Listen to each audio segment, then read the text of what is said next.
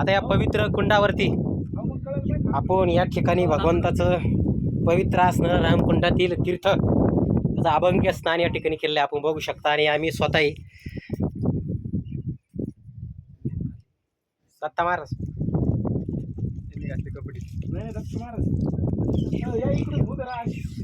हे बघा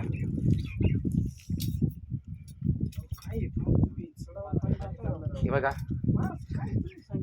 आपण या ठिकाणी स्नान केलेलं आहे 4 महिन्याचे पवित्र रामकुंडावरती तीर्थक स्नान या ठिकाणी आम्ही सर्वांनी या ठिकाणी केलेलं आहे. आणि इथं आल्यानंतर हे पवित्र स्नान आहे. आणि या ठिकाणी तुम्ही बघू शकता असे घाण कपडे ही घाण आता हे आम्ही स्वच्छ करणार आहोत जेवढं शक्य होईल तेवढं.